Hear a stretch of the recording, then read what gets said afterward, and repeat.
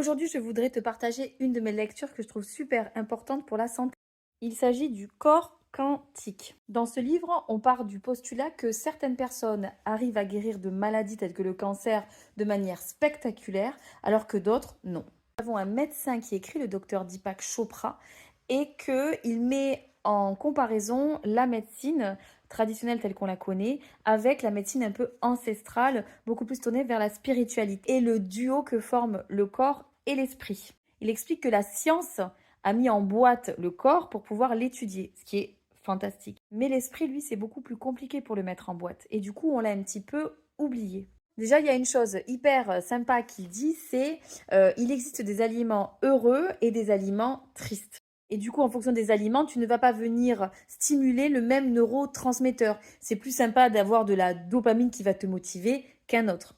À l'intérieur de notre organisme doit exister un corps pensant qui réagit aux injonctions de l'esprit. Mais où réside-t-il et de quoi est-il fait?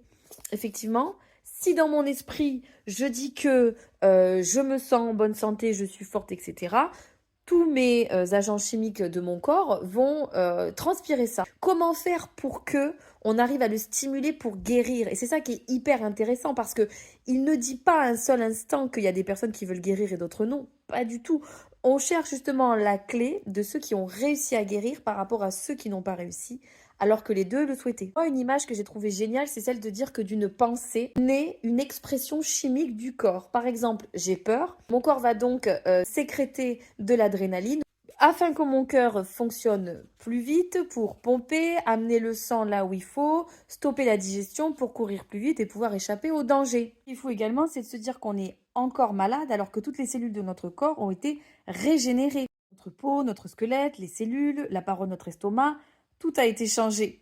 Donc comment faire à un moment donné pour changer le message, pour dire aux cellules non, stop, tu n'es pas malade. Et pour corroborer ces dires, il va quand même montrer les exemples de ceux qui ont pleine personnalité, en disant qu'il y en a certains qui ont une personnalité qui a le diabète et l'autre ne l'a pas. Ensuite, il va parler de ceux qui sont anorexiques, par exemple. Il dit que une partie du système va lutter pour maintenir une certaine rationalité. En effet, il faut manger, tout simplement. Mais l'autre partie va émettre des impulsions profondément irrationnelles. Bref, tout ça pour dire que le neurotransmetteur a pour rôle de s'harmoniser avec la pensée. Et donc pour ce faire, les molécules doivent être aussi souples que les pensées. En disant ça, on dit quoi? Qu'on a le pouvoir s'auto-guérir. Et c'est hyper compliqué. N'allons pas dire à quelqu'un qui a une endométriose, une fibromyalgie ou un cancer, oui, bon, c'est que tu veux pas guérir. Pas du tout. Ce qu'il explique, c'est que si on arrive à la méditation, une bonne alimentation, avec le son primordial, de la lecture, bref, tout ce qui fait qu'on est dans le bien-être, alors on peut réussir à corriger quelque chose dans notre pensée, dans notre fort intérieur, pour être mieux. Il parle de la médecine corps-esprit. En fait, c'est hyper important de vraiment comprendre que les deux ne font qu'un. Aller en profondeur signifie toucher au schéma directeur caché de l'intelligence pour le modifier. La naturopathie, comme toute suggestion douce pour aller vers un mieux-être, par exemple comme l'Ayurveda en fait, va nous dire de chercher la cause de la maladie à un niveau plus profond de la conscience qui nous mènerait vers la voie de la guérison.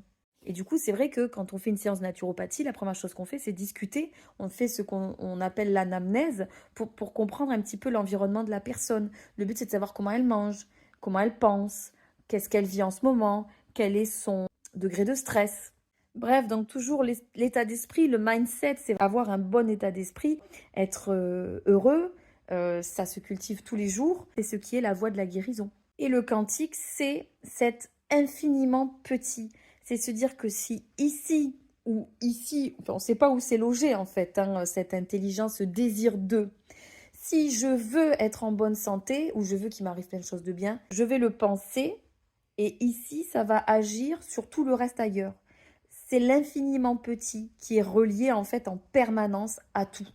Ça reprend la méthode Coué. Tu penses positif, il t'arrive du positif. Ça rejoint les livres Demandez et vous recevrez ou le livre Le Secret. Également, Souviens-toi du futur. Du coup, en ce temps d'intersaison, entre l'automne et l'hiver, il fait un peu plus frais, on a changé d'heure, on est fatigué, on est blanc comme des culs. Il faut faire des choses qui nous font plaisir. Et pour plus d'astuces bien-être, abonne-toi.